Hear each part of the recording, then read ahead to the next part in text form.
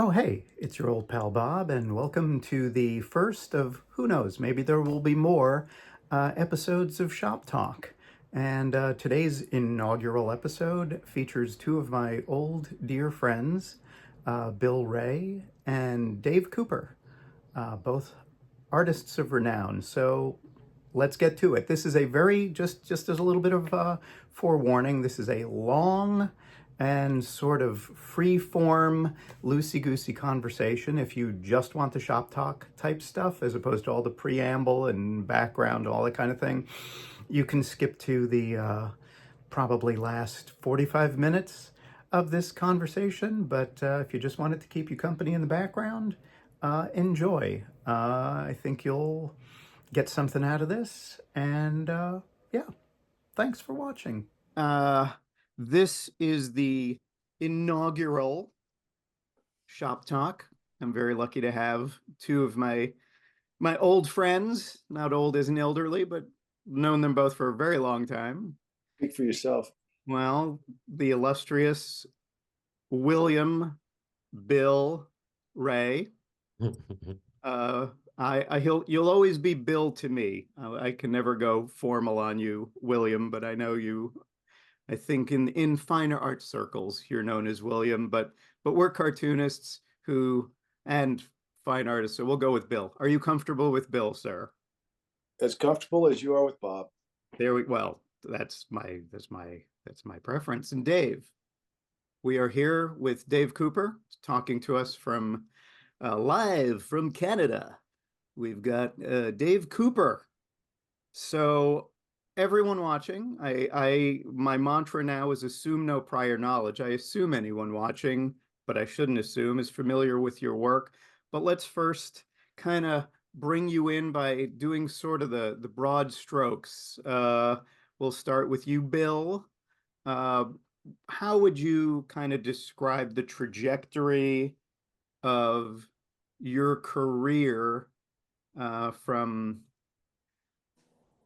where you started to where you are now in 30 words or fewer? Well, yeah, because you don't want me to get going because I'll be take about 20 minutes to do that. Yeah, Um, broad strokes. I am attracted to all forms of entertainment that involve drawing, and I could never decide which one. So I would go from comics to animation to painting and back. And okay, you're that is very that is too broad. So I'm gonna throw in a few things that for people they might not again We be aware. end with words, so I took you literally. Oh my goodness. Oh my goodness, it's gonna be like that. Yes, it is. We're Uh, testing you, Bob. you're gonna make me sing for this I'm supper. making it work. Yep. All righty. Well, Bill, everyone knows you from the beloved Ren and Stimpy. Samurai Jack, you are known for your exquisite backgrounds. So you've got a background in background, and to use that as sort of a piece of spackle to join segments here, how much has working as a background master kind of contributed to landscape painting? Did it lead to wanting to do landscape painting? Were they kind of living sort of simultaneously in your head? Um, in a broad stroke, I've come to realize that both disciplines inform the other. Um, I don't think Dave would disagree with that either, but he'll speak for himself. Uh, but I didn't know that at first. I wanted to be a cartoonist. Then I wanted to be in animation and was. And then I said, no, I don't know how to draw good enough. So I went to Art Students League and became a fine art painter, and then realized there was no place for me to go there with conceptual art. So I got back into comics and eventually back into animation. And then when I was 45, I decided to become a serious fine artist. And And generally, more specifically, how do they relate to each other? I would say that I shouldn't speak for Dave, but he takes his cartoon style. He can jump in if this bothers him, and he's kind of made it into his fine art. It's just a transition of mediums, not subject. I would venture to say. Whereas when I got into fine art, I made every effort to not look anything like anything I'd ever done before. And in fact, that's why I took the pretentious change to say William Wray instead of Bill Wray. So I consider Bill Wray my cartoon comedy name, and William Wray my serious Barry Windsor Smith name. Yeah, I get that. It does differentiate the I almost got this just offsides. I almost got lumped in with that when my first novel came out. The publisher didn't want me to publish the novel as Bob because somehow they thought it would be confusing to people if a guy who draws comics suddenly has a novel. So I ended up, Yeah, you can't write if you're a comic book artist. Come on. of course not, but that was imposed on me. That was not my choice. And Dave, so let's bring Dave into the conversation. Dave, you also see, this is where I feel like I am the odd man out here. I do not have a beard, I do not have a hat, and I do and I It's like do a not Dr. Seuss story. a story of my life. Um, yeah, I'm sort of the Lorax without a cause. But I also have not ever participated in the fine art world, and both of you very much have feet planted in both worlds. And part of why I wanted to have this conversation with the two of you specifically, because there's a lot of confluences going on now. Bill has been very active in the fine art world for many years now. You have been, and yet you're both doing your first comic projects in quite a while. So there's a lot of overlap. You're both extremely distinctly different kinds of artists, but in terms of what's occupying you now, there is some interesting, like I say, overlap. So tell me a bit about, tell the viewers. You don't have to tell me, sir. I I know your sordid story, but tell the fine folks in TV land a little bit about your background and kind of the trajectory of going from, I would say, fairly undergroundy kind of comic artist to a fine artist and painter of renown. Right. I mean, I started comics when I was like 11. I was mentored by this creepy old dude who used to do comics, and I learned a lot from him in a positive way, but he was like a super negative influence in a lot of other ways. But I learned like all kinds of comic skills at a very young age, and sort of like managed to parlay those into like very super low budget underground comics for about a decade, and then went on to do some comics that I'm still proud of today at Fantagraphics. And somehow that got me enough cred to start doing things in other industries like the toys, and then at some point I was able to just like sidestep right into fine art with almost no effort because these gallery owners were fans of my comics. And unlike Bill, like Bill's fine art is sort of in a whole other world, like it has very little to do with your animation and your comics, I think, Bill, which is super impressive. For me, it's almost like um, just a sort of another version of my comics in a way. Well, Um, it's to me, it's like an extension of it, bringing it into a really technicolor, very fleshy way. The one thing I don't think anyone who's seen your work would argue is there's a very tactile, supple, fleshly quality to your work. And so taking it from drawn to painted, it seems like a very kind of natural segue. It's like I mean, how before I became a painter, before I made that huge step, I'd been painting for years and years, but not knowing what to do with them, sort of like imagining one day maybe I'll show in a gallery, but not having any idea how I could make that happen, you know? So I was doing like watercolors, and then I'd go on to gouache, and then acrylic, and then finally oil. And it just sort of like the timing was such that by the time I was happy enough with my painting to be able to put it out in the world, I my comics were getting to a point where I was getting enough notice that, and I would put the paintings on the cover of my comics, and it would just sort of like everything sort of blossomed at the same time for me, you know? Yeah. Well, it's interesting because another thing I think you and Bill have in common, and maybe again, I could be wrong, it might dovetail into at least confidence building. Bill, you did a lot of color as well in comics, like you colored other people's work. And Dave, you've also done some of that. I know you did it for me when I was doing my strip for Fantastic Yeah, I Comics. think I was always pretty bad at that, but Well, I it's did it's an some of interesting thing because yeah, I think it's a fascinating thing. Anytime when I look at some of the stuff that I colored for other people back then, I'm just so embarrassed, you know. There was one gig I almost got coloring Batman through that one of the editors at DC, and I begged and begged for this job, and when it finally showed up in a FedEx packet, I opened it up, and I just got queasy. I was like, there's no fucking way I can do this. Like it's impossible. There's no way I could pull it off, you know. and what It's about you? What, nauseating to think about.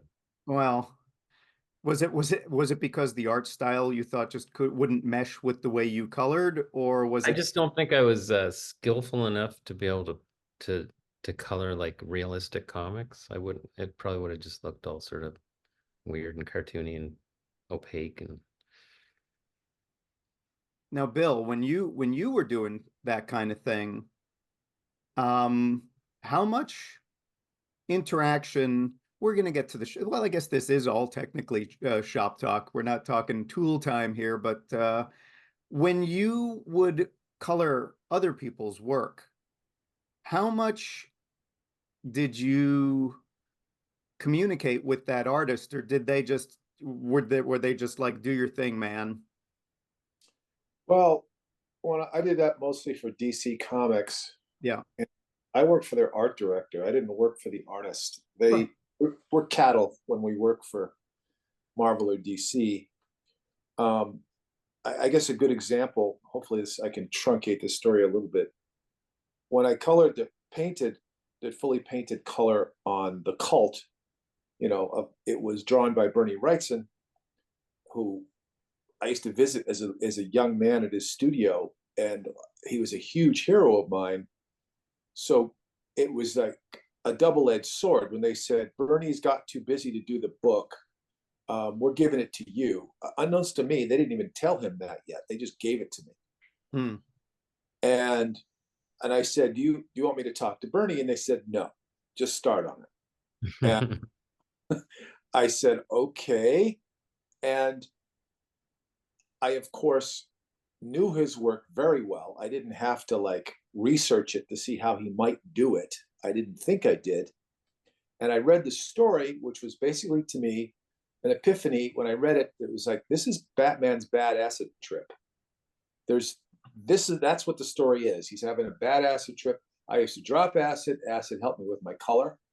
And all the stuff where he's wandering around the sewers, not knowing what's going on, completely hypnotized by the villain, was colored like acidy bright colors, which I know how to control because I understand the complementary colors. And then all the stuff where everything else is normal, I went kind of to a Bernie Wrightson style. I thought, more moody, muted color, all of that. But 5 days into the job, Bernie Wrightson called me really mad and said, I'm coming over to your studio now. Where are you? And so he comes over to my studio and he's pacing around the room and he says, let me see this work. Let me see this work. So clearly he had just found out that he was not doing it. And I'm like humming, okay. And I hand him a stack of pages, and he's looking at him, and he's huffing and puffing, and he's finally calming down a little bit, and he's breathing normally, and he's really looking for a long time. And I think I'd done about 8 or 9 pages, and he looks back up, barely looks at me, and just says, "I see what you're doing here. All right, see you later." Left. So Okay. for the time, I wasn't even sure. Was he just accepting it? Like, well, it could be worse. It could be one of those typical, not so great DC flat color artists doing it. But later on, he invited me to do his next project like that at Marvel, so he must have liked it.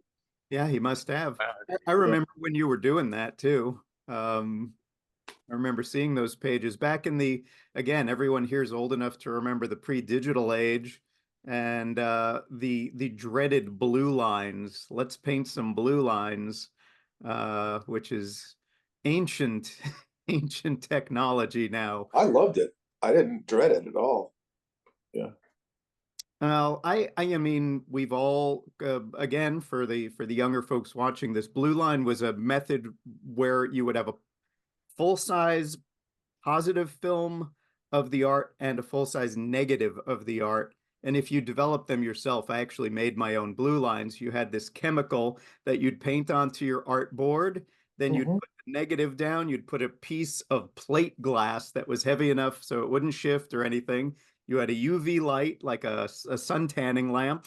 You'd expose it, you'd brush on this developer stuff, then you'd wipe it off with water. It was a whole thing. And then you prayed that there was no shrinkage. Because if there was even slight shrinkage on the that your black line art would no longer line up correctly. And it And you'd was, use like thick illustration board. yeah, very, very thick. Yeah, not Bristol. Yeah, very thick, like a piece of walling material to do your color. And of course, in those days, um, when they would get to the color reproduction part, sometimes they would have to strip the board if they were using a drum scanner. This is all, again, these are the old days of kind of the segue between traditional completely analog press and or some early digital pre-press. And so they would use a wire to shear the front of the artboard off of the Wow. thing so that it could fit into a concave uh, scanning Sure. drum. It's all, I don't miss those days. Did you get to see them do that? The wire part? No, I never did, but I did get art returns where you could, where, it was either just that or sometimes they would try to press it back onto the board and it was just like, "Ugh." So, yeah. Then you'd have the black line art on acetate sort Yeah. of laying so you could check your work every now and again. Yes, and you always had to write on the margins, do not screen black, do not screen black. Otherwise you'd get the soft, that was the one thing you that I at least liked about the blue line coloring is your line art was always super sharp. And I you think the knew only time I ever colored with that method was for you. yeah, oh, sorry. That was a nightmare. I think I I've got some of those boards actually over in the corner there, oh no, really? pulling stuff out of I remember you sending a note, Dave, it might be a good idea to not have the wall behind the characters the same color as their flesh. I was like, that's so close. On my second book with Bernie, they didn't know that over at Marvel, so everything was soft, muddy, and black. yeah. So I had a big fight with the editor, and then never worked there again. Yeah, Not my choice. They were mad at me for telling an editor off. I said, "Why didn't you shepherd this shit? It's fucking Bernie Wrightson, And at DC, they had really good art directing. They had a professional guy there whose only job was to make sure stuff printed right. Marvel they didn't care, and they were number one. So anyway, get yeah. off my high. Yeah, no, it was always much more suspenseful when you were waiting to see the printed art in those days. I remember the first chapter printed fine, but the second chapter I did of I was so thrilled and elated to be finally working for Heavy Metal Magazine, which was that to me was my touchstone. And the second story, they were both done Blue Line, but the second one, I remember when I got my comps, I don't know if I cried, but I was probably very close because it was Oh, just yes. it was a disaster. I mean, things were off register, the color was bad. It was just like, oh, Yeah, the version of that for me was the one of the I think it was the first issue of Scatterbrain. There was a story, a Pippa Norton story in there that was printed probably like 3 times darker than it should have been. It just looked like That's so crushing. the night scenes, like just super saturated. The paper was almost wet with black ink. yeah. One thing I've noticed all my career is it never prints too light. It always prints too dark for whatever reason. Hmm. Never seen something that looked washed out. It always just looked too dark. And I figured out one thing is that don't put as much black into anything, and it transferred digitally too than you think. Put less. Yeah. Yeah, I've been removing black from digital files just across the board because Yeah, I just it do a ends up pass with that at the end. saturated. Yeah. Yeah, it's again for the viewers who are maybe just starting with this stuff. Yeah, it's always a minefield when you're creating art for reproduction. That obviously is one of the joys of doing fine art and painting, is really, I mean, even if a book is going to happen, and obviously we all of us love books, and there's that in a way that is kind of its final life. So you want it to reproduce as well as possible. But when you're doing paintings, the art, that's the primary. Everything else is the second, second life, tertiary life, but the painting is all really. So you don't have to worry quite as much about that, partly because it's never going to reproduce Mhm. exactly the way you want it to. It's the nature of paintings, and reproducing from painted art is I it's always going to be as close an approximation as you can get. I had an interesting experience just a couple weeks ago where I was taking all of my paintings for this upcoming show in Paris that had been in storage for 5 years, like rolled up. I hadn't looked at them once. And I rolled them all, unrolled them all so that I could check them before shipping them. And I had spent those 5 years looking at the digital files of those pieces and being very happy with them, like on the web and books. Like I got it just right. And then when I unrolled those paintings, I couldn't believe it. It was almost like they were glowing up to me. They were just like so radiant. Yeah. So even when you get bright, there's no way you can even get close. Yeah, well, I remember the first time, actually, Bill, you and I might have gone to this together, but at the Brooklyn Museum, they had an exhibition of Maxfield Parrish. And I'd, seen one or two of his paintings, but here suddenly there's this museum just filled with his paintings. And I remember being both absolutely elated by them, but also thinking, wow, my books look like garbage. You have these books that you think are really nice, and you realize because, he did, of course, the glazing, all the glazing, they were luminous. The paintings themselves actually seemed to generate light, not just reflect it, but generate it. And that is gone. There's no reproduction that's ever going to serve that. Um, I find actually digital files on my phone look so much better than reproduction than printed reproductions. yeah, I mean, as much as I always prefer paper, that's one thing you'll never get from paper is you Yeah. don't get backlighting on paper. And there is something to be said for the way it makes it pop, you know. That's where I was working on the book that I just finished, this career retrospective. I was scanning all this art, and yesterday I had almost not a panic attack, but I got very worried because I thought, oh my God, I've prepared, done all the digital pre-press, and I was going over the PDF, and it's like, why does the color look so dull? And that's on my screen. So it's like, God, if it looks dull on the screen, it's going to look awful on paper. And it took me a while to realize, oh, it's fine. Um, it's It's because because they were CMYKs or yeah, it's because I was looking at it in preview. This is really in the oh, weed stuff, but preview on a Mac, if it's CMYK, it always completely dulls down as opposed to RGB. So once I put those into the correct files, okay, they look fine. But in think preview, it looked like ass, and I just thought, oh my God, I don't know what to do. that's a lot of work to get wrong, huh? Yeah, If well, the came back from the printer, you'd be heartbroken. oh yeah, yeah, yes.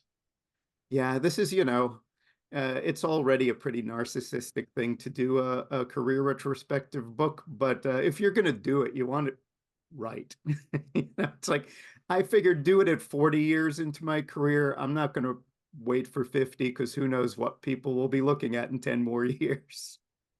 So, Wouldn't call it narcissistic though.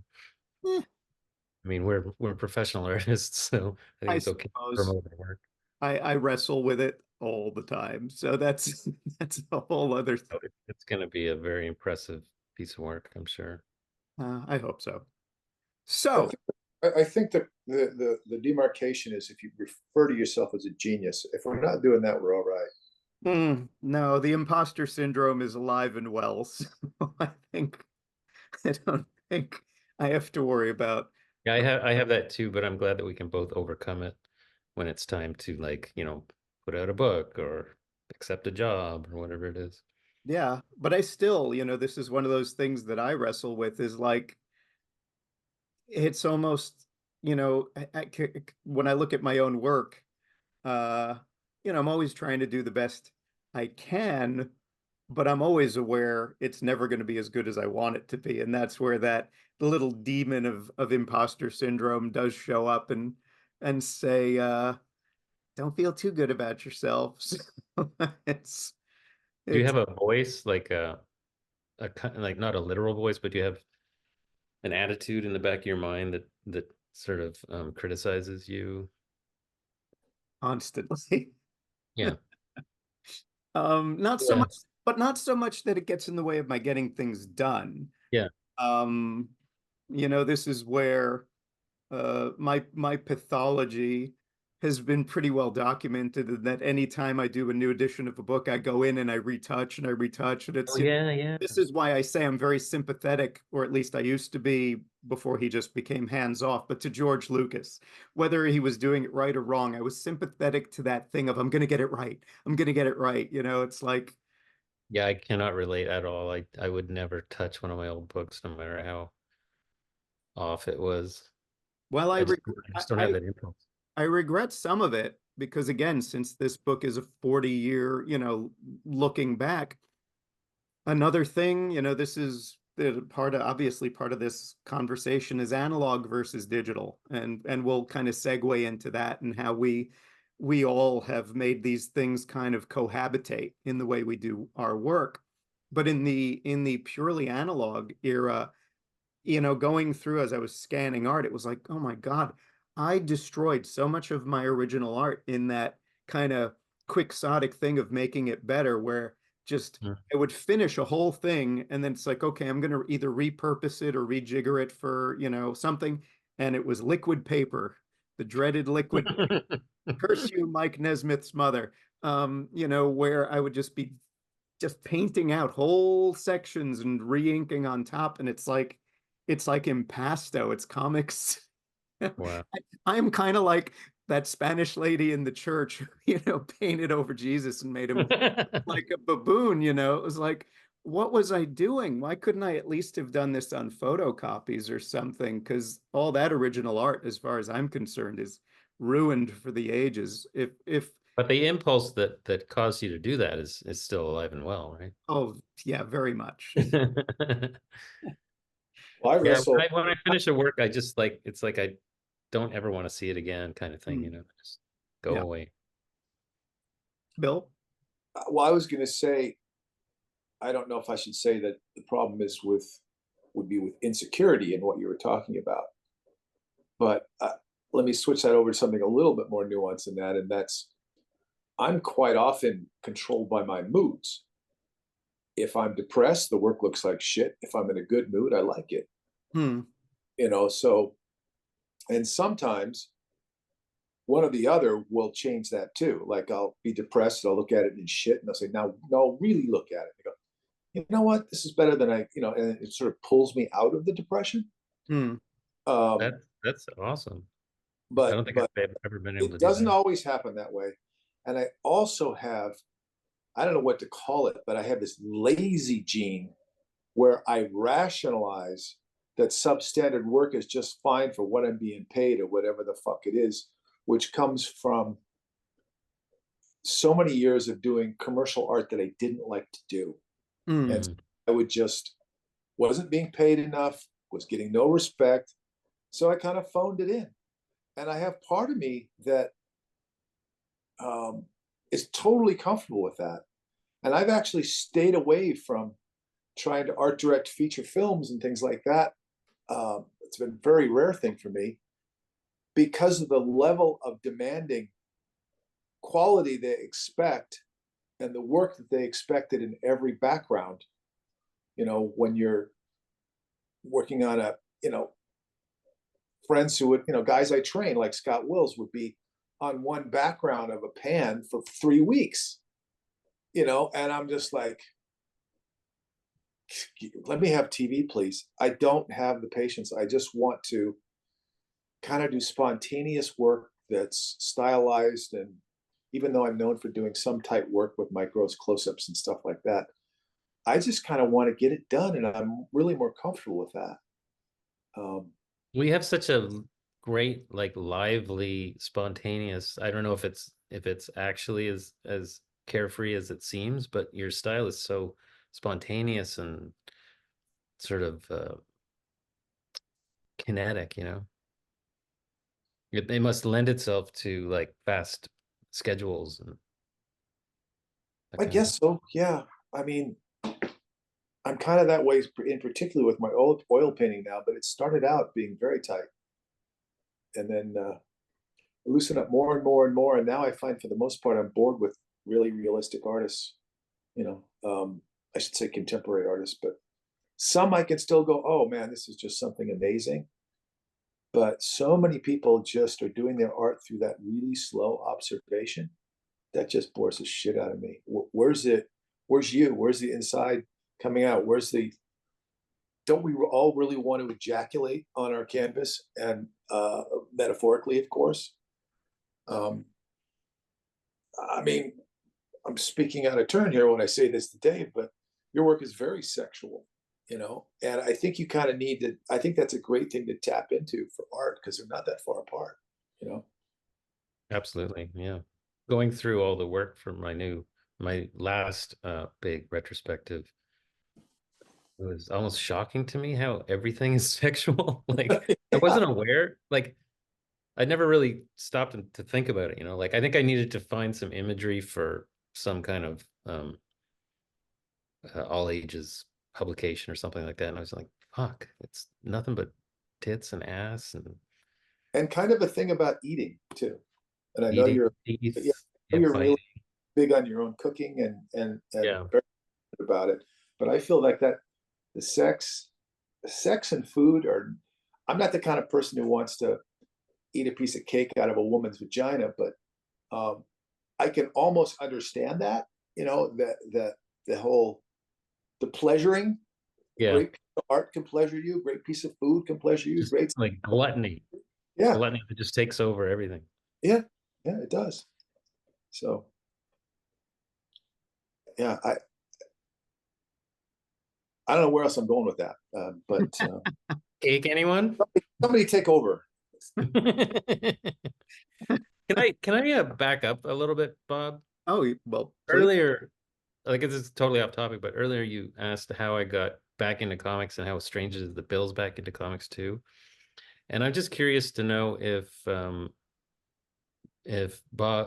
if your situation is similar to mine in that I had like tons and tons of ideas for a long period that I wanted to tackle in comics, but the animation industry was like almost a sedative to me. Like it was burying me in comfort and money and whatever, and I would just let all that stuff slide. And with this terrifying slowdown in animation, I was like, fuck it, I'm gonna, completely laser focus on these projects that I wanted to do all this time. And I just started working like harder than I have in years. Yeah, Um, comics are way harder and they don't pay anything. So it's like, I mean, long time down the road, the collections, finally selling out a print run, a little money will start coming in. But it's not like that weekly check from a movie but was studio. it the same sort of But situation for you it's that, crashed for me, you know, and what was that? the business has slowed down across the board. Me too, of course. Uh, I was working regularly all the way up to about a year ago, and it started to taper off and get a little bit more sporadic. And then we all know what's gone on recently. And Well, why don't you expand on that in case some of the viewers aren't privy so to it? why did I the attraction back to comics? Well, I No, have no, to what I work. mean is like the viewers may not know that there's been like this shocking slowdown in animation where almost like all of our colleagues are. It's across the board in all of entertainment. Well, The music business has slowed down. Everything has slowed down. There was tons of bad decisions made by executives to just turn out a bunch of garbage. Everything is sequels. Everything's been milked. Um, I see companies like Netflix putting all this money into animation kind of haphazardly a couple of years ago, thinking this will be easy to do all this stuff. Yet when you turn on Netflix, you see the promotion page and they're always showing like Seinfeld, Friends, whatever. Like, why don't you promote your animation if you actually want people to watch it? That's a weird thing. So it's like we're doing this, but we're kind of ashamed of it. So we're not going to Right. promote it. But hey, guys, nobody's watching this. So we're killing the show. And so much of it now, I mean, a good example is the Roadrunner, not a cartoon I'd want to watch, but the unreleased Roadrunner live action cartoon thing, another kind of space jammy sort of thing. They have shelved the whole thing. It's completely done, and they're going to destroy the negative. I don't know how you just digitally destroy everything, but it's no longer going to exist, so they can write it off as a tax failure or Oh yeah, tax. yeah. I remember. well, that's Warner in a nutshell. Actually, I was with some friends the other night, all of whom are in the industry, so I was more of an observer than a participant. But they're all film and TV people, and basically they were saying that like their managers won't even let them take a pitch to Warner now because it's like, why would you? Because Warner is kind of leading the way in terms of taking things to completion and then burying them or destroying them for tax write-off purposes. But that's a whole other conversation. But yeah, the when you say that in a way, when an industry is changing, this is where it's good, where we're a bit more nimble in that we can say, okay, let me recalibrate and work on something else. Because, this one friend was saying how, I forget which studio he said, it's probably just as well not to name names anyway. But he said that this one studio had 77 animated series and they've cut it down to 14. So that's quite a cut. So obviously that's a lot of people out there who are suddenly going to be scrambling for something to do that hopefully will pay them. We're three people who do comics, so we're used to doing a lot of work for very little compensation, as Bill said, at least up front. You hope maybe there's a back end someday, but the big difference is, and this is where we can take it out of the commercial and into the more, I don't know, the more, uh, Personal. yeah, this is stuff that is fulfilling on a level that you're not going to get when it's a paycheck gig. That's the trade-off. The trade-off Yep. is I'm going to do something that has meaning to me.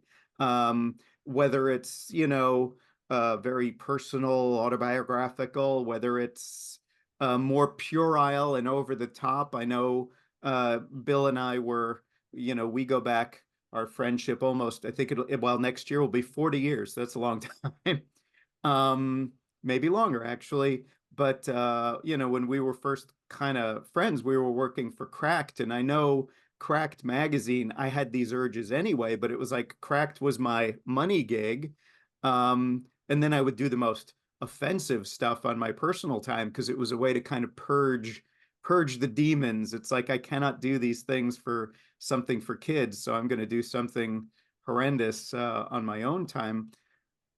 Doing comics, at least the kind that we're talking about, where it's not Marvel or DC or somebody else's IP, where you're creating your own world, there is something very therapeutic about it. Because Mm.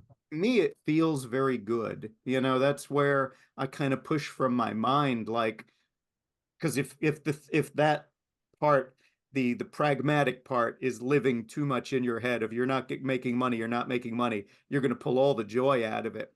But if you can just look at what's on the board in front of you and say, this is my baby, this is Yeah. my two-headed It mutant baby, and I'm just going to love it.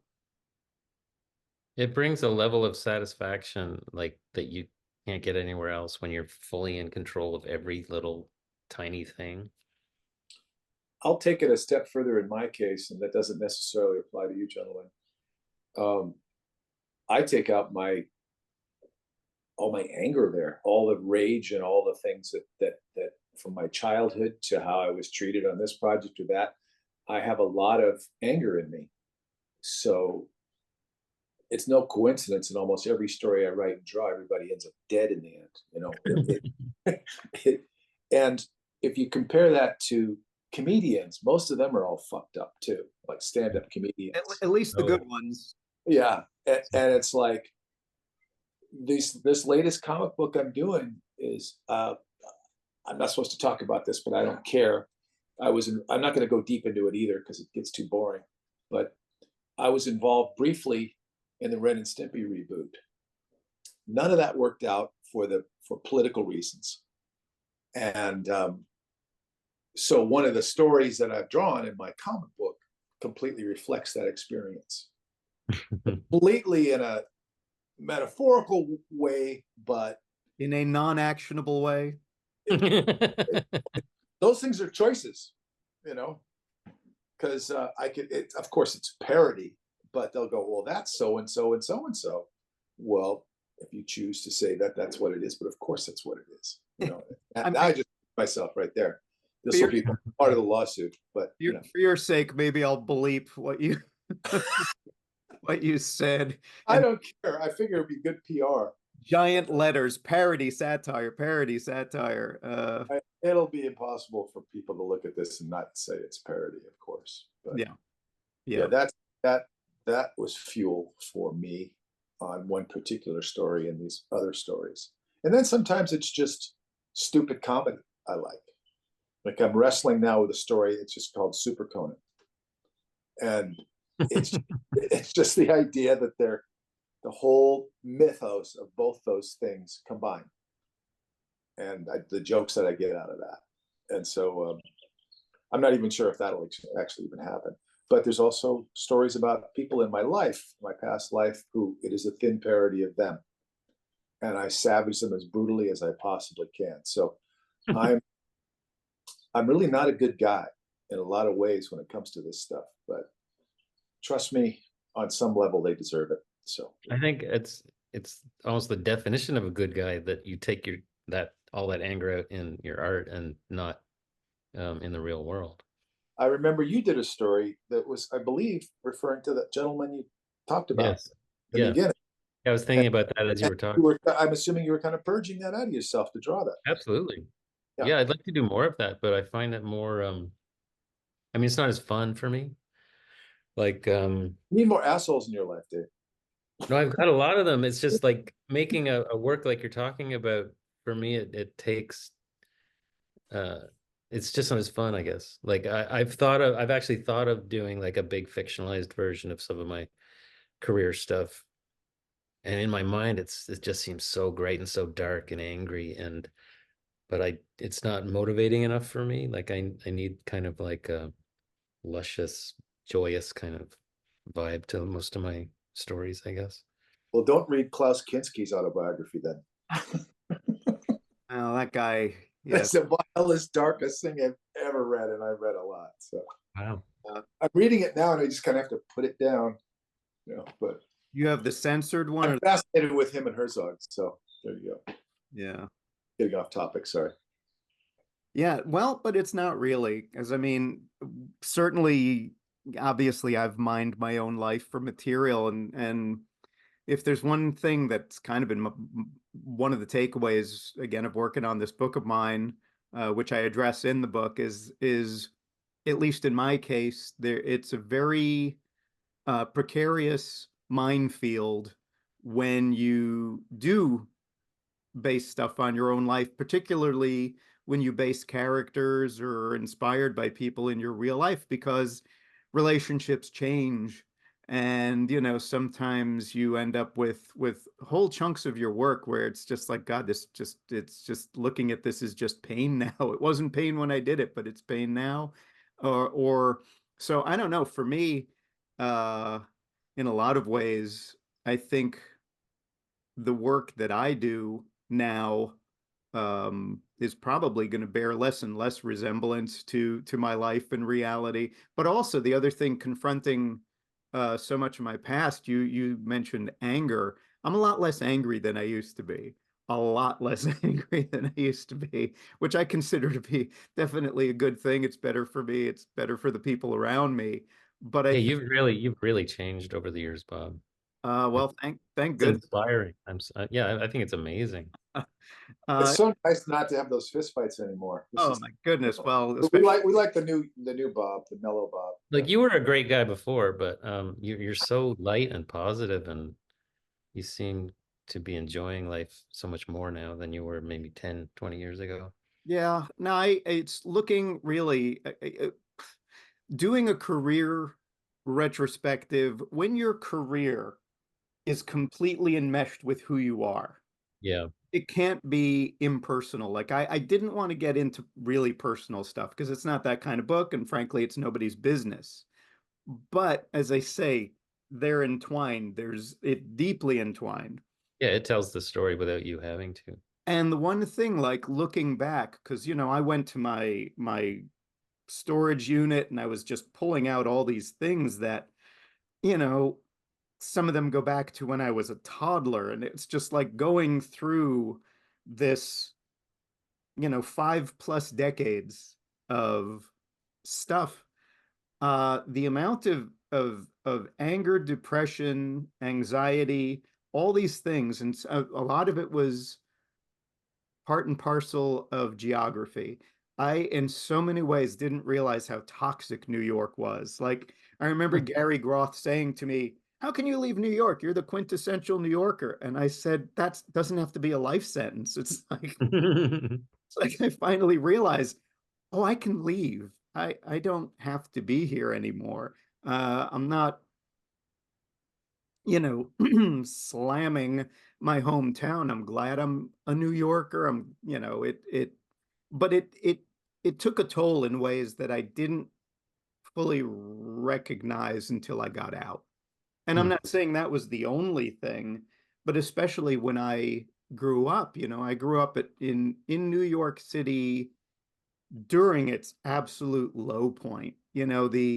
The formative years for me were the 1970s and early 80s. And New York was a scary place in those days. It was, Yeah, super scary. and when you're just a little, a little tiny kid growing up in a city that's, a little rough and it's going through some ugliness and all that. It What also part of the city did you grow up in when you were little? Well, I mean, where I grew up wasn't too bad. It was a part of Queens called Rego Park. And, as New York goes, that was fairly decent. Uh, but there was definitely an overall kind of vibe Like fear? of darkness and fear. Yeah, I mean, like it sounds almost like you're embellishing, but I remember the first time I was mugged, when I was like 10 years old, mugged at knife point, coming Yeah. home from a department store at Christmas time. You've got your little bag with your little present for your mom, and two teenagers come out and pull you into a corner with knives. And it's just like, even then, you have no perspective, but it's like, this isn't normal. Like, how can this be normal? It's like, this is not My a, my therapist right now would say, "You're laughing right now, Bob." oh, of course. Well, that's the only way I survived my entire life was this sort of gallows humor, where Yeah. I know there's it's funny. There the character Edward Norton plays in Fight Club, when he has his first conversation, I think, with Brad Pitt, and Brad Pitt says something to him and he giggles. And Brad Pitt says something like there's a desperation in your laughter. It's like he makes this comment about just like that's like the Right. laughter is covering up for so much. And I know that's definitely been this is not shop talk. This is I don't know what this is. Very, but I No, mean, yeah, just like I talked about comedians, they do the same freaking thing. You're a comedian, Bob, but yeah, you draw drawing pictures too. that's yeah, that's Yeah, that's true. the comedies on paper. Yeah, the comedies on paper. But even in person, you're a very you know, very funny guy. You make me blush. Yeah, so, but all that stuff definitely I have promised. This is one of these things you make a promise, you have to fulfill your promise. And one of the things I promised to the again the backers of this book was what I call a the cringe gallery, um, which is not going to be in the book. It's going to be a separate PDF because I just didn't want it to live in the book. But artwork that when I look at it, I'm just like I can feel it in the tips of my nerve endings of like, oh God, this is so embarrassing. And even there, full, disclosure, there's some stuff that's too embarrassing. No amount of prodding could get me to share it. But there's so much anger, and it's all that anger that came from fear. It was a very fear-based organism for But much of Bob, my the existence. the stuff that you don't want to show, is it from like that the quality is so bad, or is it to do with the content? A little from column A, a little from column B. It's just, by the way, some of it even has seen print already. It's not like it's not out there, but I'm just like, ugh. I, I would rather put out in this little section stuff that nobody's seen before.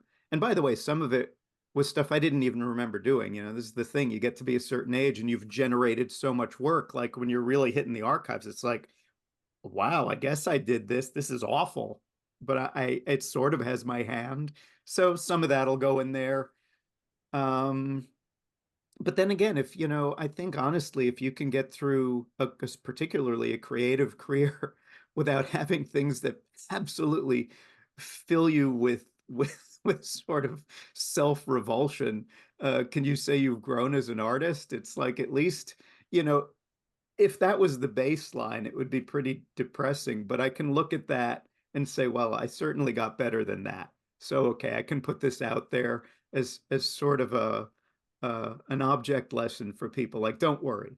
If you Yeah, I mean, sometimes the terrible work that you do is just because you're trying so hard to get to something, you know? So oh it's yeah. absolutely essential step. Oh yeah, there's the one thing the thing that I would be most embarrassed by would be laziness. Yeah. Yeah, Nothing that's the one for me too. yeah, nothing I've encountered in my checkered past made me say, I just blew through that. It was like, no, I agonized over something this bad. So I don't know if that's good or bad, but it is I what it. went through a long phase when I was a teenager of just like being a complete hack and doing stuff so fast and lazy. And it was such a squeezy, awful time, you know, just like producing tons and tons of work, but not being proud of any of it. Well, I remember first encountering your work, way before we met. Um, and if there was definitely one word that nobody could, or adjective that anyone could level at it would be lazy, because the one thing I remember was just the sheer volume of line work. I mean, it Yeah, was yeah. it was so. Desperation to try and distinguish myself somehow. But before that, there was this whole Mhm. phase, and that was very, very depressing. Yeah, you're a big influence on me, Dave, in my comics, and I even cracked out some of the Oh. your best early work and that super tight stuff. And I still look at it and I go, the whiteout as a cross hatching thing in the blacks, he was insane. You know, like, It like go was look almost at like great kind scratch of board, right? do the noodling. Was it scratchboard effect? No, it was similar to scratch board, but it was But it actually like white was white. gouache on Yeah, black paper that I had covered in black ink. And you were in fact, you were monster. I remember scoring the main characters with something so that I could see the line, even though the whole page was black. And then I would paint the white all over the goddamn place. I remember learning that technique painting because, there was a while where I became very enamored of some of that new wave of British comic painters like Glenn Fabry and Bisley and, guys like that. And they painted so dark. And I remember uh, my friend Scott Dunbier, who at that time, going way back, he was a comic art dealer. And so he had all this original art. And I remember finally getting to see some of that stuff in person, and you could see scored into the paper in like ballpoint, Oh, because they would just slap dark paint and then build all their right. lights up. And again, because they're working for reproduction, those scratched in lines with the ballpoint didn't show in the printed version, but I was like, okay, I see a little bit of how they kind of like I was reverse engineering their technique. Yeah. And I I tried remember, to imitate it a little bit, but then because again, I am as uptight as I am, I tried the ballpoint pen thing and I got so upset about how ugly it looked in the board that oh I yeah. have to come up with something else. I can't do I tried the ballpoint pen on a piece like in my 20s or something. It was something for publication. And the for some reason the ink kept bleeding up through the like gouache or acrylic. I can't remember what I was using. I just keep covering it and covering it, and it would the next day there'd be that fucking blue line again. Yeah, certain kind There of was mark. nothing I could do about it. We had to take it out somehow. I guess it wouldn't have been digitally, but somehow in production they took it out. Yeah, it's like an oil slick. Certain kind Yeah. of markers used to be that way. I think mostly they've corrected them all, but yeah, there'd be certain kind of chemical inks that would just not take white out. It would always come through, even like 10 layers of white out. You're starting to go out of your Yeah. mind. This Yeah. has to work at some point, and it just doesn't. Well, here's where That's when I bought an electric eraser. yeah, well, since Shop Talk was promised, I did throw some of my tools next to me. And speaking of which, this little Derwent electric racer is one of the best tools I've got. I actually have another one I like better though, Bob. Oh yeah. Keep talking. I'll be right back. Oh, and unfortunately, and this is something we can all relate to, is sometimes you find the perfect tool and then they discontinue it. But speaking of white ink, the these Sharpie acrylic pens are the best ones I've ever had, and they stopped making them. So I've got a couple left. I'm gonna Sure. have to really nurse these. Do they stink as bad as most Sharpies do? No, because these are acrylic, they're water-based. Ah, So, and they never dry out. Like I've had other acrylic white pens where like you use it 2 or 3 times and then suddenly it's just this one's probably about 3 years old, still going strong, Wow. never clogs. It's a great pen, Bob, this is the electric eraser that I prefer. sumo grip. But I think they're really hard to find these days. Hmm.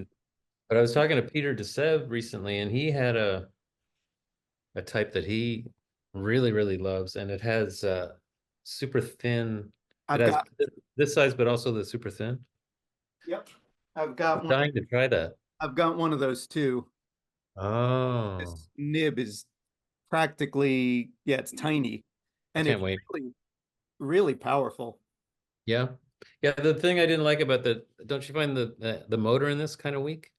Well, it does the job for me. For one thing, I don't tend to erase all the way down.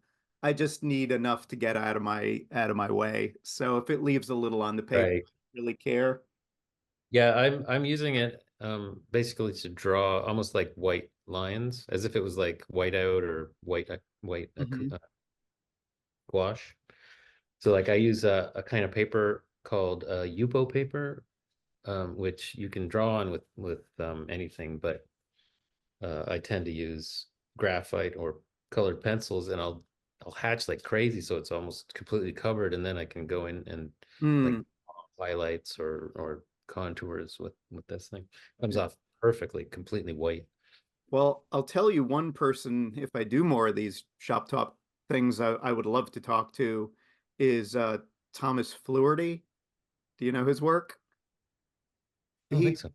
Yeah, he he's the blue Prismacolor pencil guy. Yeah, he's incredible. But speaking of scratchboard technique, I'm not sure what paper he works on, but he does these things with, yeah, these indigo Prismacolor. And then I like anyone, one of the things that I kind of live in awe of is people that can do uh beautiful fur and hair where it's really voluminous and yet delicate. And he does these, the way he does hair and beards is it's kind of partly, the pencil where I think he draws mainly with the side of the pencil. It's very Yeah. almost sculptural, Hmm. but then he brings out the hair like in scratchboard technique where he's Yeah. and it just looks incredible, like absolutely incredible. But again, speaking of tools, and this is one our mutual friend Dave Johnson. Dave's introduced me to a few tools that really changed the way I work. But this I don't have one intact, but these erasers, Vanish erasers, best erasers I've ever used. They never damage the paper, and boy, do they pull everything. Really interesting. Yeah, they're great. They're really great. I mean, I've been using this for since I was probably 20 years old, Yeah, but I paying used it. I used to use those, and these Vanish make that thing look like you're erasing with a piece of sandpaper. Hmm. Wild. I'm gonna try Take notes, viewers. These are the that. I couldn't find it, and it's already behind the conversation from a while back. But I had one of the old-fashioned plug-in uh, electric I erasers. have one of those. Yeah, with the big fat motor on it, and Yeah, yeah. strong. That thing is a horse, you know. yeah. I Yeah, I find But got one at a big fat garage tip. sale recently. Yeah, it has a big fat tip, so you definitely have to just use it for taking off stuff. It's not really a drawing tool of any kind. I was so excited when I found it. I was like, this is gonna be so much better than all the modern stupid battery operated ones. You Yeah, try to use it and it's like the weight just about knocks you off your chair. yeah, and You it tears the fuck can't do out of it. anything sensitive with it You at got to all. go real light with it because it's going to tear it up. And also, we haven't even gotten into it yet, but paper has turned to shit. You know, you can't find good paper anymore. It's just mediocre. The Well, best I'm brand. drawing on I think you'd left the room when I was saying that I'm drawing on this plastic stuff now, this Yupo paper. Yeah, I've tried it. I find it to be kind of adequate. Well, I've tried watercolor on it. Oh yeah, it's terrible for watercolor. Yeah, which is kind of why I did it because I wanted it to be out of control, and it did Yeah. some big effects with it. But I haven't drawn on it. Oh, it's amazing. Try it with It kind of graphite. like a vellum. Yeah, but times 10, it's like super buttery. It takes the graphite, like it makes the a graphite line like a 4B, for Isn't it instance, really thin like though? pen and ink. It's pretty thin though, isn't it? Well, there's two different grades. I use the thin one, I think. Yeah. Yeah. But it's so durable, it's almost irrelevant that it's thin, you know? So is it plastic? It is. Yeah. I've tried graphite ink. Ink is not the greatest because it takes a long time to dry on there, Right. but you can actually erase ink off of that surface, which is strange. Things erase off it. Is that Or going to be archival then, or is the ink going to flake off I don't eventually? know. I don't know. I've done tests to to see if it'll chip off, and so far it hasn't. I even Okay. used oil paint on it. Yeah. Segueing into archival stuff, going into oil painting. I just recently had a problem with because what I do very often I work over an old painting. I like having another surface underneath that I could scratch into and have that come out. And I use squeegees and stuff, and there's no way to achieve that hand painting. You have to scrape and the other color comes through, and it has a Yeah. very unique look. Hmm. But the risk of working back over an old painting, if it happens to be one where the quality of the paint, like the batch back at the paint manufacturer, wasn't the greatest, and this commonly happens to me with blacks. Don't use black out of the tube. Mix your own black. I don't know what you do, but just my suggestion, because what'll happen is it takes way longer to dry than all the rest of the paint. So you're painting over the painting, it sits for 6 months, and then all the areas where there was black underneath the paint start to push their way through, and there'll be these little tacky spots all over your painting.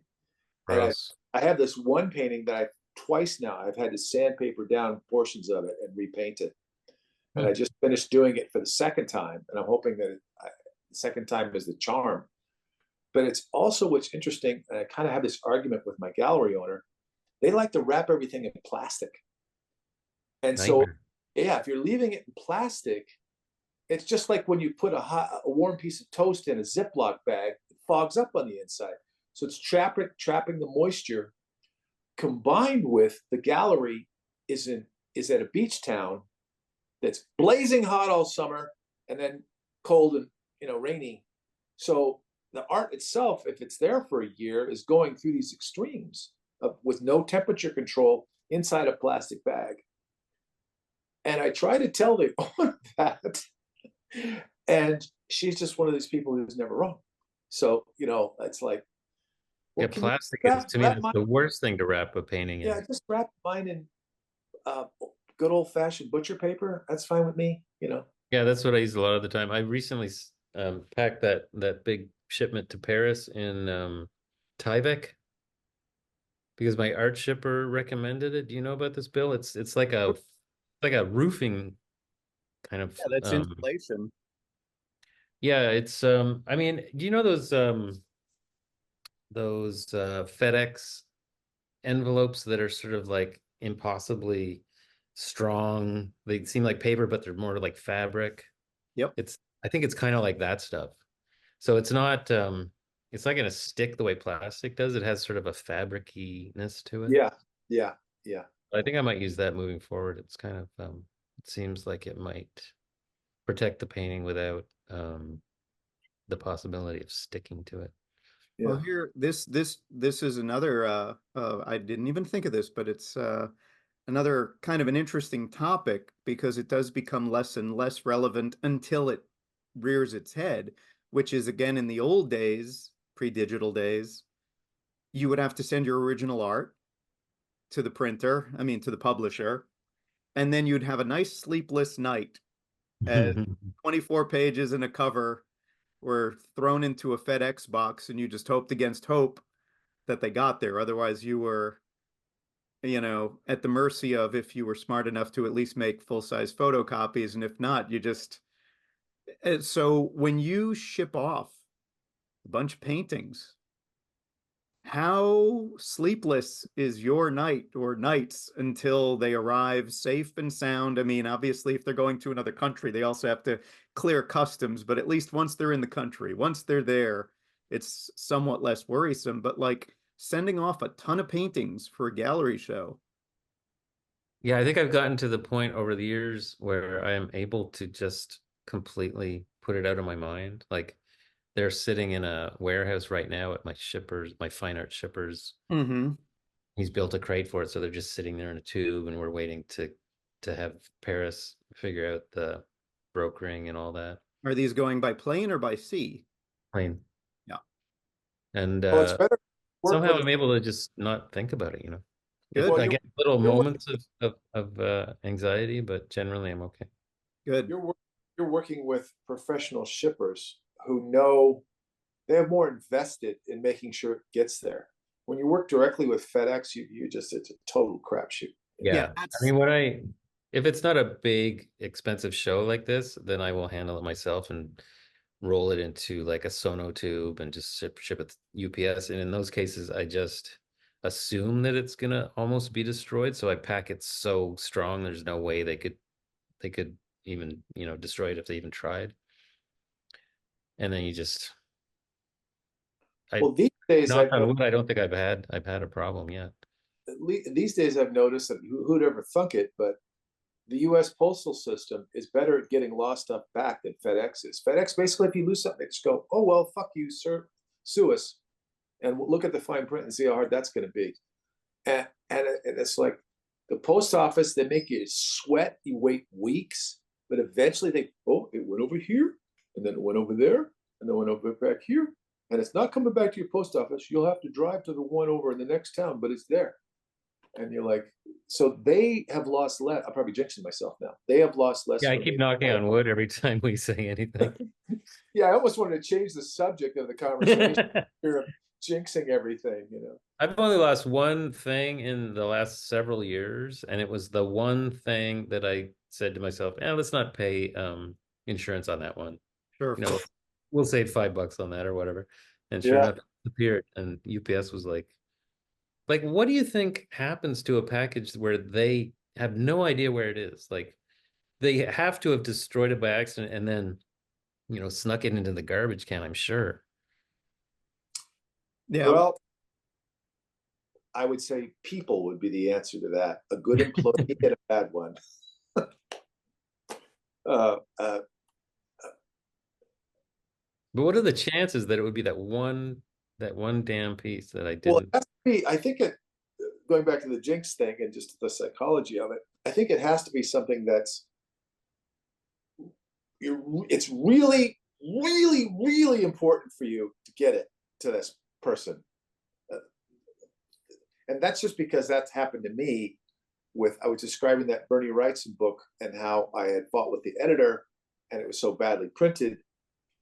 I felt so bad. I wanted Bernie to see what the artwork actually looked like. So I took like 20 of the best pages of the story and just sent them to him, and he never got them. Oh my God. And I'm like, what? Because it wasn't even the value of them. It was just wanting to show him that I didn't slum on this thing. Yeah, in my case, it was similar. I was sending artwork to an executive, like a creator of a TV show that hired me to do some work for his show. So I took the work that I did for him and sent it as a surprise gift. Yeah. So maybe it's got something to do with kindness or generosity.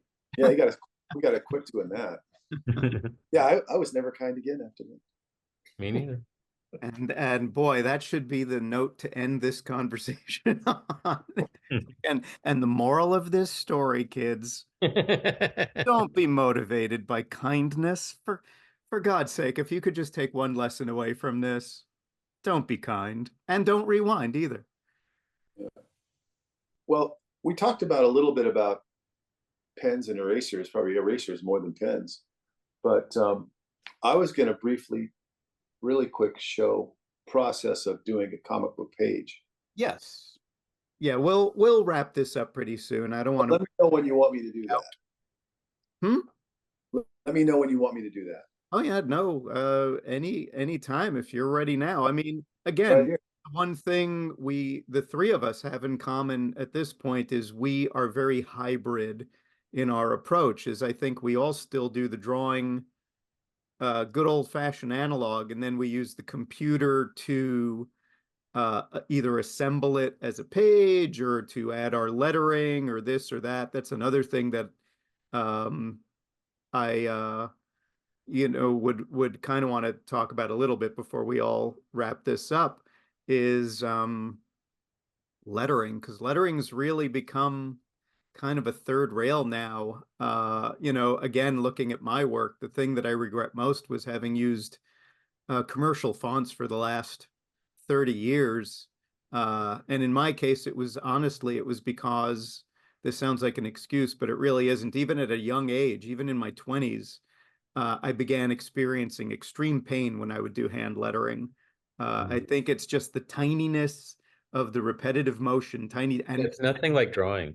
and It's as a anyone who knows my work knows, I tend to write a lot of dialogue.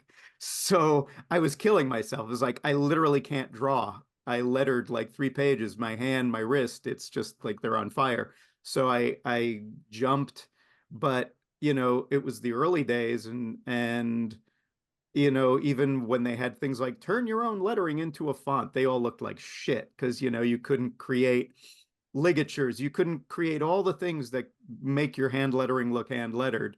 So I just went with commercial fonts, and you know, someday the last piece of severe Lucasing I'll do to my work is to re-letter it in my font, which I've made a few fonts now of my hand lettering because they actually look hand lettered. Um, but you know, looking at Bill, looking at the pages you were showing me when we went out to lunch, just seeing lettering on board, it's like so exciting.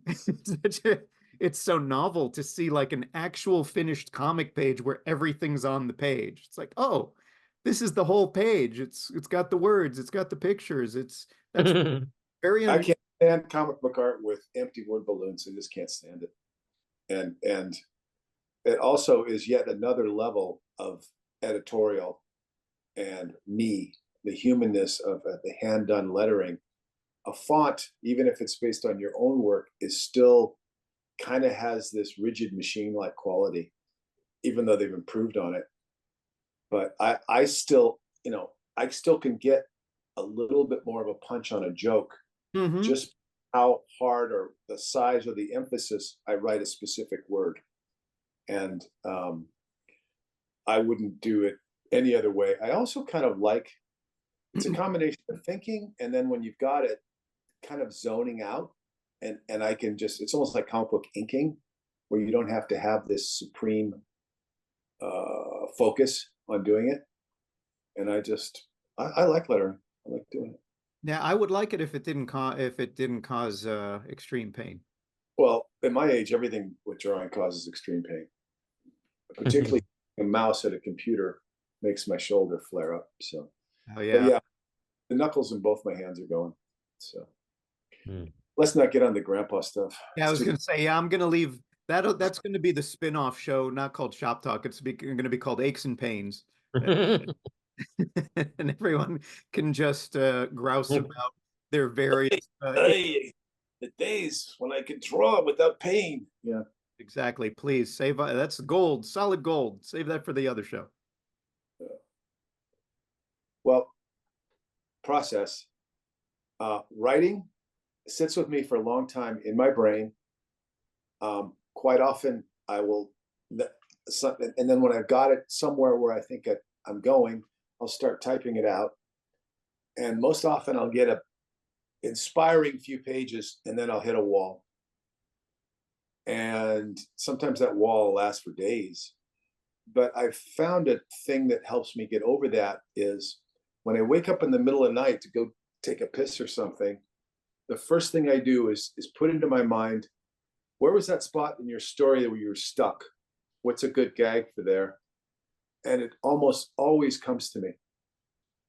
And it'll also be then a series of one or two or three things that are completely outrageous. They're just like, I would never thought I would have gone there, but then the emptiness of the brain in the dreamscape say, no, it's okay to do that. Just boom, do this. But if I'm pressuring myself, sitting down, writing, I can get a block, almost just like that feeling you get when you're trying to think of your favorite director, and for some, you know his name, and you're doing it in front of somebody else, and you can't bring it to mind. And then as soon as you relax, it pops in 3 minutes later. Mm-hmm. So that's the writing process. And then I start doing, I'll just do it right on the back of a page. I don't know how well you can see this stuff. I'll start closer. Wow. And then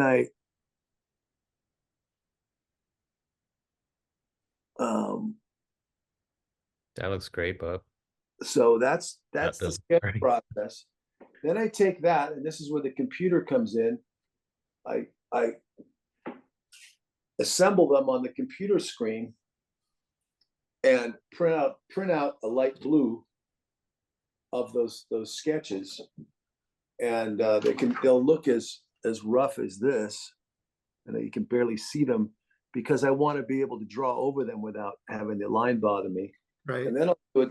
Then it comes to more of the final level where I'm doing that stuff, doing the pencils in blue. Mm-hmm. And you might remember that bottom panel from the back of the sketch. I do. And I printed it out in light blue. Bob, Bill, do you always do the work on both sides of the page like that? I used to draw my stories in little sketchbooks. Sometimes I still do, but I find when I'm really cranking, like this is the final in ink. But on this page, there's also more roughs. You know, there's not a consistency where I'm putting the roughs just in the back of something. Interesting. But I just find a little sketchbook to be too crampy to do a comic book page. So it just sort of frees me up to do it. Even if I'm drawing, the panels are still pretty tiny. They could fit on the smaller book, but yeah, I have there's more freedom to have that big naked page. You're not writing like a full script in advance, though. You're kind of feeling it out as you go. I mean, I'm sure you've got an outline at least where you're building towards your punchline conclusion, whatever. I kind of have it done, but every step of the process, I rewrite all the way down to penciling in the lettering, and then I'm like, no, this is funnier. I'm going to do this, and then sometimes I'll just actually erase. Generally, at that point, it's just a word or two or thing. I'll electric erase and re-letter it, you know, because something else will hit me. But yeah, everything has been rewritten many times. The one writing class I took was from a guy named Danny Simon, who was Neil Simon's brother, and he counseled us on rewriting. Neil Simon would write like a play like 22 times, you know, every word. You know, because it gets these natural rhythms and these jokes pop up that you can't really get any other way.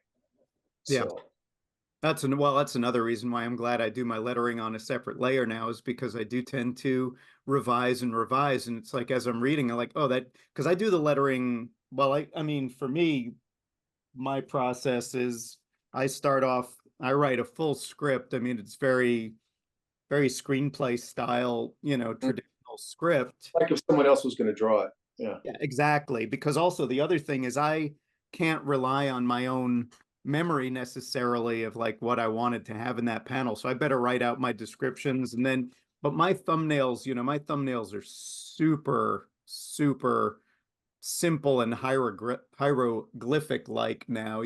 There's no beauty to anything here. But it's enough for me to kind of muddle my way through. And then lately what I've been doing is doing kind of the blue pencil on separate sheets of paper. And then like you, Bill, printing it out on blue to do the final drawing that way. Unlike both of you guys, though, I work on the worst paper. It's like cheap. What kind? Cheap copier paper, and The unfortunately, final? for The final? this will be the final art, and this is just like super. It's just Wow, I'm surprised. sketchbook paper, Mhm. and unfortunately, they stopped making it again. So I'm gonna have to change my evil ways after probably one more story because I'm gonna run out. That's because I mean, this art is done. The final art's done in pencil. If I'm ink, I use nicer board. Okay. The one I use is the Paris bleed proof. I forget the manufacturer, but Paris bleed proof, which by the way, using the pens I use bleeds a little bit anyway. So it's not as bleedy as some others, but I don't like paper that's too smooth. Um, it's kind of like a hybrid of a cold press and a hot press for ink. Um, but yeah, I don't know. My originals, like, I'm gonna get up for a second, but I just did this story Um, this is, I mean, these are the final pages. And yeah, they're on this really wafer thin paper, but everything is kind of there, and then all the, the digital phases, color and lettering.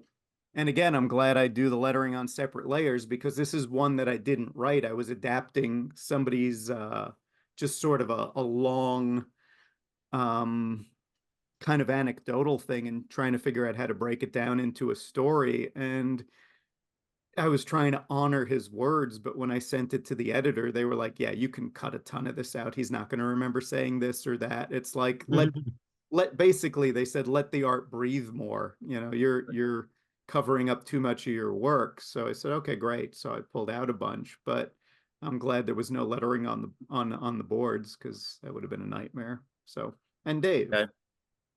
I don't think I could go back to lettering on the page, even though I love the look of it so much. Like when I look at your pages, Bill, they look so great. And I know that a lot of our European colleagues really stick to that model of keeping the balloons and the lettering on the page, and it just has such an amazing look to it. Well, I But mean, I will say, sorry to interrupt, but I will say one, when somebody you respect really is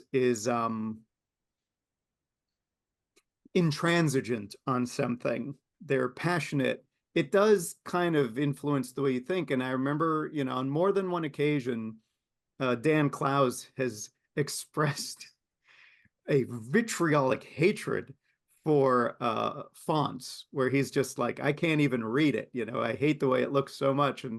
And I thought, well, he probably doesn't read my work anyway, but I don't need to give him another reason not to. So I maybe going forward, used, I'll try to do better. But the thing is, it wasn't just that. That's whether he looks at my work or not is neither here nor there. But the substance of what he said of how the art, I mean, how the lettering, the analogy I've been using is the Big Lebowski. The rug tying the room together. The lettering does tie yeah. the room together in a way. It's, even, I mean, unless your lettering is so hideous that it's detracting from the art. And I've seen that on some occasions where you're just like, oh boy, this is really tanking an otherwise pretty nice page. But generally speaking, even clunky lettering kind of, it does At make least it, it has, at least it shows some of the personality of the artist, right? yeah, Instead like, of being kind of like mechanical little portion of the page. yeah, Let like me, one of my heroes, Richard Corbin. Nobody could say he had the most beautiful lettering, but over the years, I've come to appreciate it. Like when I was younger, I was just like, ugh, this lettering's so yucky. He's ruining his art. And as I got older, I thought, actually, I like it because it's idiosyncratic. It now feels Right. like it's of a piece. I never I used noticed I had that. when I had the patience to hand letter and time and all that stuff, I would approach it the way that Bill does. And I that sounded so familiar to me when you were saying like you could kind of punch a joke or like, add emphasis here and there just by the way that you were lettering. And I kind of missed that, but I got to the point where I realized that I was I think like when I look back, I feel like I was spoiling a lot of my books by putting too much emphasis on the lettering and making it too like full of character or whatever. With this latest book, I've tried to keep things like borders and balloons and lettering somewhat neutral so that it's just the artwork that's speaking to the reader and the rest is just something you sort of maybe don't think about too much. But I started getting with that new approach, the lettering started to become sort of um, like very it almost started to look like a font. It was so steady. So that's like lately I'm starting to think that I should just create a font because my lettering is starting to look so much like a font that no one would notice the difference. You know, a trick that I just did for the first time, and I don't know why I never thought of it before, but I had the second issue of my comic I'm doing, I had a character sitting there and making a long editorial in a giant word balloon.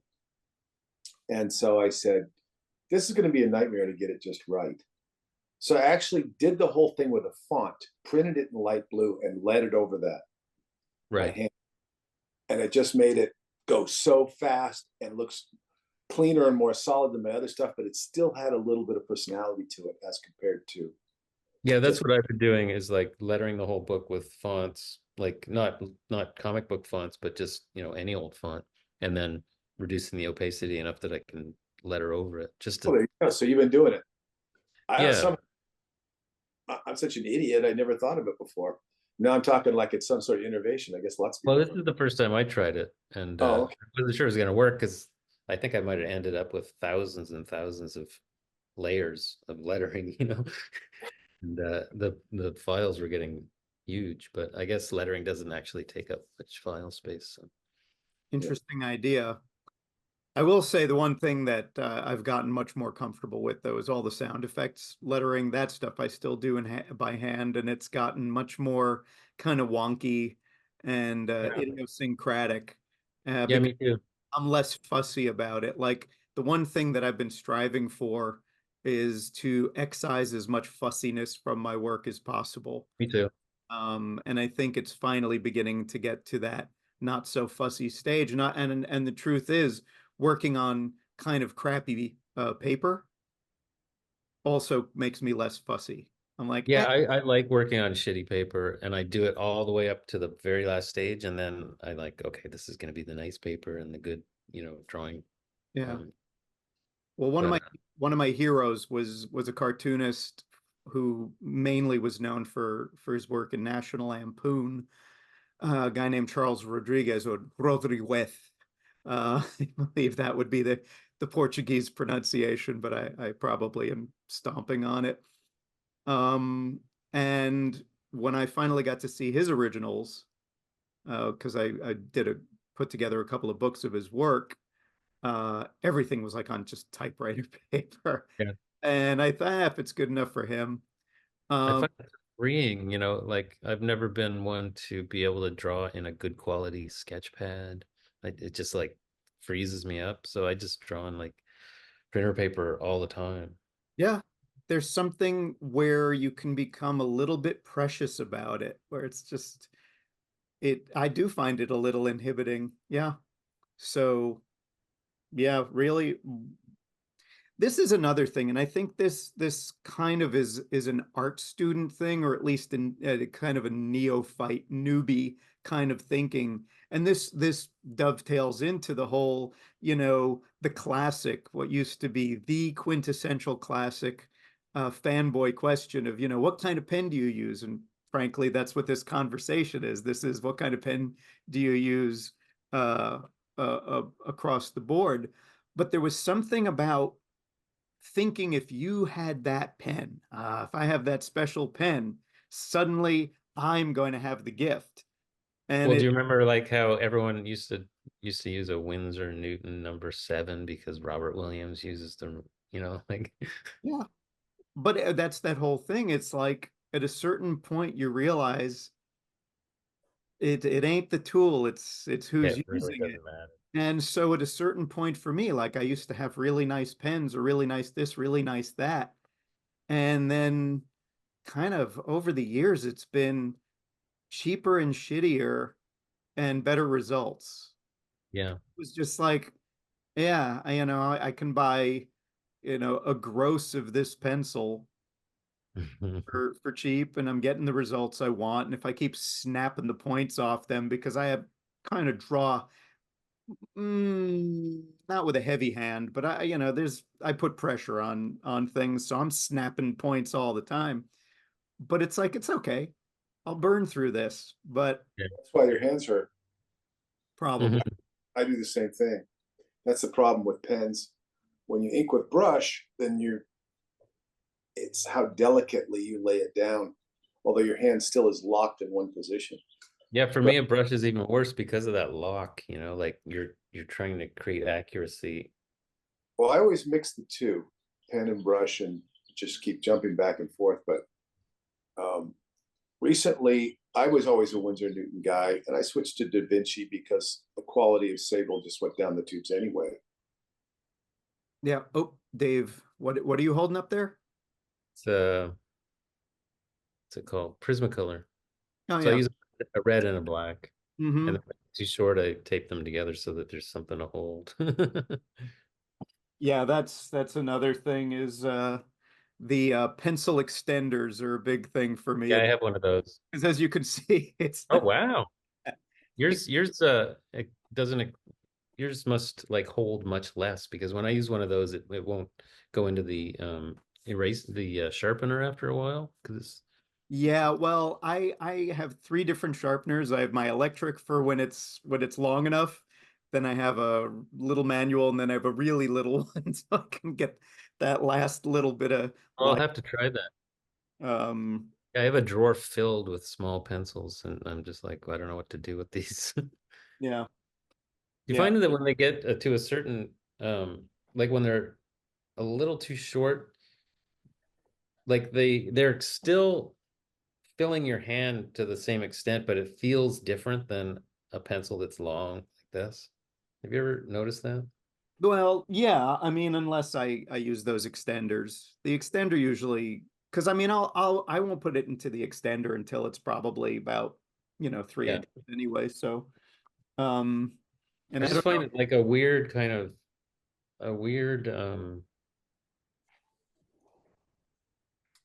I don't know how to explain it. It's like it's still touching my hand in the same place it would. Mm-hmm. It doesn't feel right. And then when I get a fresh one that's like this long, Mm-hmm. it feels whole. Maybe it's because it's like a fulcrum kind of effect, as Yeah, subtle the as weight you of it, do with something as light as a pencil. maybe. I It's just Hard to believe, but it's every probably link has a slightly different feeling, like a seesaw, yeah. and where you sit on it. Light as a pencil and stiff as a board. That's what she said. Yeah, Yeah, I had to go into the house because my iPad was that I can't talk. uh, no, your battery's running out too.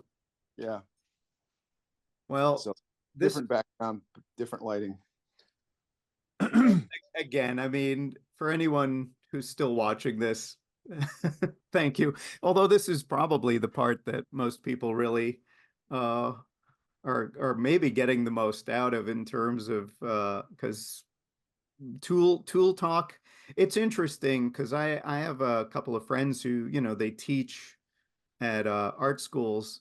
And one thing, and this is going back a number of years, but one thing, I don't know if he still does teach. I think this was one of the things where he thought, I don't want to teach anymore, was they were not doing, they weren't teaching materials anymore because everybody was just drawing in Procreate or whatever on their iPads. So it's like they don't even bother with Mhm.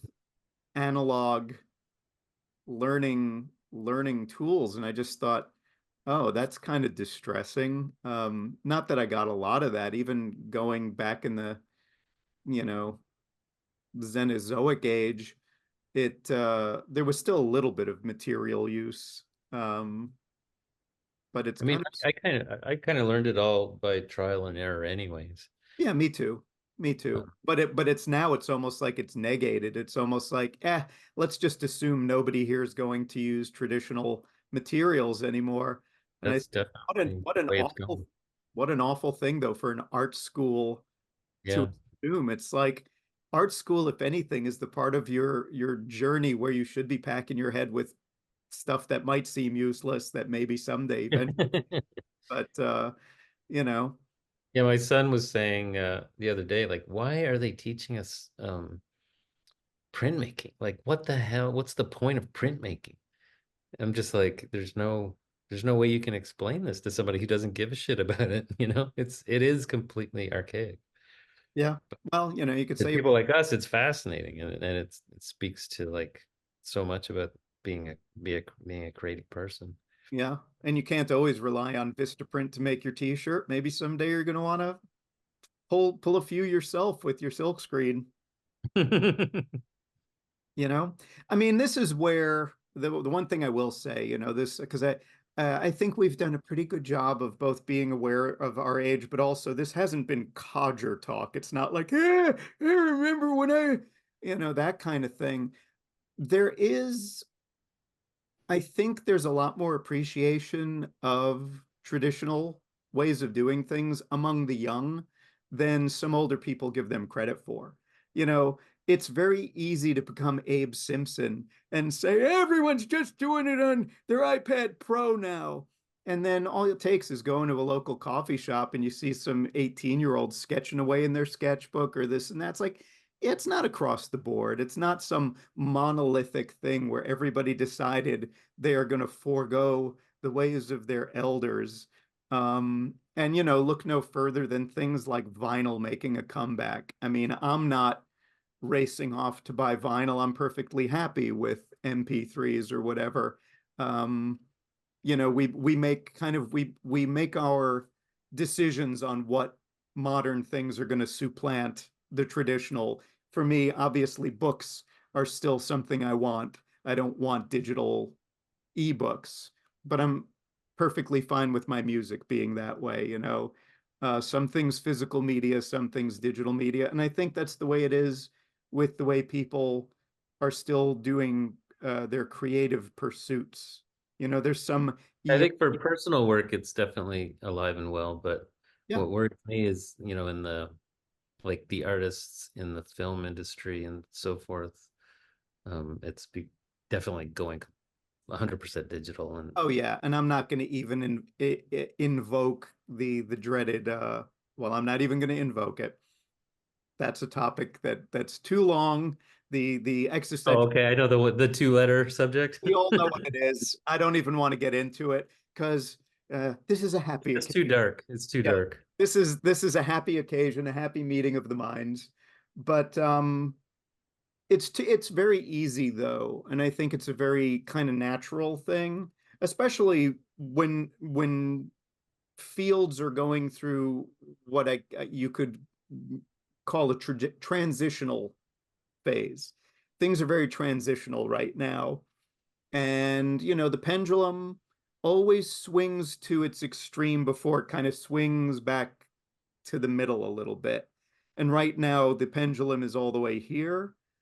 But I think things I don't even want to say correct because that's a judgment call. But as long as there are creative people who want to create, there's going to be people that want to consume and appreciate it and all that kind of thing. The audience is getting smaller. We've all seen that happen. I look back at a couple of titles I did in the early 90s where it was decided the numbers weren't good enough to justify a trade. Like when I did White Like She for Dark Horse, they were like, yeah, it only sold about 10,000. That's not worth a trade. And I'd kill to get that kind of failure now. It's like, that would be amazing. But, this is where you make your adjustments. And I think things are you have to be cognizant of the world, but if you become uh too negative, yeah, just too negative, ultimately it doesn't serve you, it doesn't serve anything. Certainly Mhm. not going to make you happy to be doing what you're doing. You know, this is where the creativity comes first, the market comes second. Yeah. You know, you keep your fingers crossed, but you just do your best work and do it in a way that at least brings you satisfaction. Yeah, And I get so much solace from just shutting out the world and creating. yeah, yeah, there's a lot of noise. The one place that shouldn't be noisy is your studio, where you're just kind of that's your sanctuary. Yeah. You're Tell that to my neighbors on either side with barking dogs, but I won't go into that crap. I Yeah, almost, holding back on what you wouldn't talk about. I'm just holding back. yeah. Well, in a way, it's I think for the best. Right. Now the other thing is, again, this is kind of like we won't talk about a certain person with a certain name. We won't talk about certain thing with certain initials, because it's the old talking about people talk about the weather, but nobody's doing anything about it. Um, People are very enamored. People get very enamored. We're a very magpie species. That little shiny object always becomes very attractive, and ultimately, things lose their sheen. So, um, and the people who've got the skills, they're still going to have the skills. So, when the Don't, EM, don't listen to Werner Herzog, then you'll be real depressed. well, I don't look to him to cheer me up on any topic. People are no longer reading books. They will never read again. And I'm like, okay. Let's say, then why are you doing it? Well, he's doing an audiobook. See, he's feeding his own problem. Well, he's made quite a living from his voice. He's a great speaker. Yeah. Well, I didn't even realize he had done voices on The Simpsons. But Werner, we're getting off topic here. yeah, no, Werner gets around. Once you're on a Star Wars show, I don't know if I think You're Werner, calling me a prostitute. well, I think Werner's dark secret is he's probably a lot more cheerful. He's like, nobody must know that I'm a cheerful guy. It's like you cut to him in his house and he's busy arranging his Hello Kitty collectibles and all these. Fuck, there's a camera. It's like I'm ruined. So, yeah, he's made a very good living being dour. So good on him. Yeah, he ends his autobiography with, "I have no friends. I have maybe five. Okay, Please, well, that's please, already, if you ever see me, don't talk to me." yeah. He's fine. He's fine. He's doing a-okay. All right, so to wrap things up, when can people Dave, your new comic series? Let's Dog, Doghead Comics go from ahead. Mansion Press in Toulouse, France, Mm-hmm. released June 20th at my big Paris opening at Gallery Daniel Magan. Very exciting. After that, available on their website, And Mansion Press. and this is going to be serialized, right? This is not a graphic novel right out of the gate. Right. This is your return to serial storytelling. Yeah, something I never thought I would do again, and I'm enjoying it so much. I'm serializing two different stories over 6 issues, so both of those stories will end up being graphic novels after the whole run is done. Oh, that's super exciting. I cannot wait. I cannot wait. Thanks. Yeah, I've had an incredible 6 months or so since I decided to start this project. It's been like incredible, just bizarre. I've been so motivated. Well, that's great. See, that's the other thing is I feel very lucky that I'm still excited about doing this. Yeah.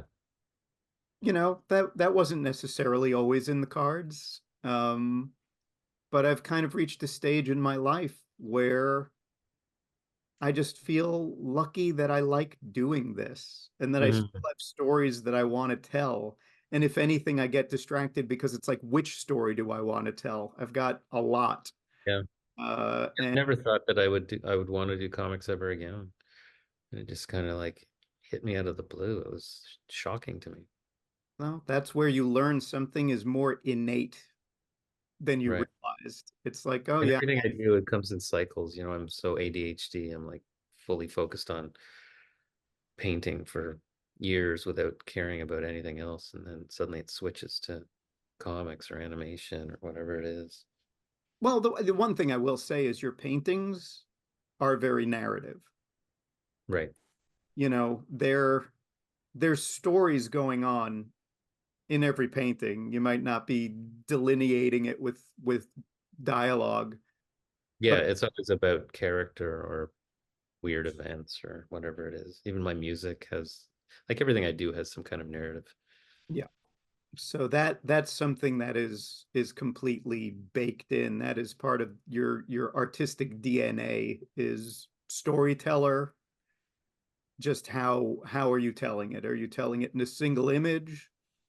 I mean, that's one great thing about a single image uh, painting is you're I think a lot of people mistakenly think looking at art is passive. It's only as passive as the person looking at it. Yeah. Because I think a lot of people, that part of the joy is when they leave the gallery, they've got stories in their head or they're saying, so what did you see? And, the two people kind of compare what their three people, 10 people, whatever, compare their experience of looking at it. And you get 10 different stories there. That's kind of cool. Hmm. Yeah, I love that when people visit my studio or something and talk about my work, and often it's nothing that I would have predicted, you know. I'm Yeah. just so happy that there's a life in the painting that, you know, different interpretations can happen like that. Yeah, that's very cool. Well, Unless we're projecting our oh, unconscious. We're projecting our unconscious, so of course we're not going to be aware of everything. You know, I'm often told that like, oh, there's such a melancholy to your work, and I'm so happy doing it. So it's just like seems like there's a dichotomy there, but I am a melancholy person, so that makes sense. So Yeah, it makes you happy to express your personality. and Bill, when can the world expect your new comic? um, we're trying to get it out for the San Diego con, but I turned it in a week after Image's due date was to deliver. And so I believe that Ashley is trying to twist arms to let us tuck it in there, even though we're late. So it might be out for the con, but maybe not. Would you But go, Bill? the con? Oh, Hmm, I'm going. cool. Have This have will you this been will lately, be my Bill? first one in years. I haven't been to them because of COVID. I completely blew it with pro registration. I'm like on their mailing list, and I never seem to get the one that says, "Oh, it's pro." And I just looked a month ago, and it said, "Yeah, too late. You blew it." So I'm kind of bummed because I actually would have kind of liked to gone this year, but I'm not going to go as just a punter. I'm a pro, for God's sake. Well, Ashley is my publisher, even though and Image is the distributor. So um, I'm lucky. He handles all that shit. So I haven't had to deal with that for years. Yeah. I might have to at least ask around. Say, hey, anybody got a extra badge for a Can I sleep on your couch? Pal. Yeah, You know, I exactly. met the both of you at San Diego Con in the early Yeah, 90s. You guys were already friends for like 10 years before I met you both, but yeah, that was a very important San Diego Con for me, that I met so many people in the industry that are yeah, still friends. yeah. It was such good times at certain conventions. Not always good times, but a lot of times great times. Well, Actually, very first one way back in the day. I'm that old. What year would that have been? That's a good question, but it was when it was just a one day at the bottom of an old hotel called the El Cortez, and I'm going to say that that was in the '70s, I'm early '70s. I'm gonna consult the Bible, the big history of San Diego, and we'll see what year that would have been. You're gonna Isn't find Bill's really picture. that important, but I think it might have been. I think it might have been 78. You don't need your glasses to read? No, the opposite. Interesting. The opposite. All right. Well, I'm gonna have to do I'll do a caption on screen for anyone okay. anyone I who don't think it's that important, but people are gonna lose sleep over it. All right. Well, gents, this was a real pleasure. Yeah, I thanks for having us. I'm going to let you guys get on with your day. But yeah, thank you so much for who knows, maybe I'll do more of these with if some other folks would like to yammer away. This was very loosey-goosey, so it went a little long, but that's okay. More bang for people's buck, so to It was speak. Well, nice spending time with you guys. yeah, it's a prototype, and you'll go back and you'll watch it and go, "Oh, I could edit this here. I could tighten that down there. We went along a little too long there." If you really get into it, you'll tighten it up. Yeah, But it was good But time. Thanks one for piece inviting. of advice though, Bob. sorry. One piece of advice though. Yep. Nice big beard and one of these hats next I time. know. I really, I'm like, oh my God, I'm all clean shaven. Don't have a hat. I've got a couple of hats over there, but they're the wrong kind of hat. Yeah, So, I didn't recognize you because you didn't have a 3-day beard growth. oh, So, all yes. Well, I right, let gentlemen. I let everyone down with my my semi-clean shaven face. All right, gents. It was lovely. Bill, I'll see you in the neighborhood for lunch soon. Sure. And Dave, I hope you make a trip to LA sometime soon. I hope you have a reason to come here Yeah, that would be nice. so we can get together. And that's it. The last couple of seconds were just closing remarks and salutations. So, anyway, if you made it all the way to the end, thank you for watching. Hopefully, next time I'll get the at least the technical aspects more correct. It would have been great if this was all in HD, but what can you do? Anyway, thanks for watching. Hope you enjoyed, and that's it. Take care.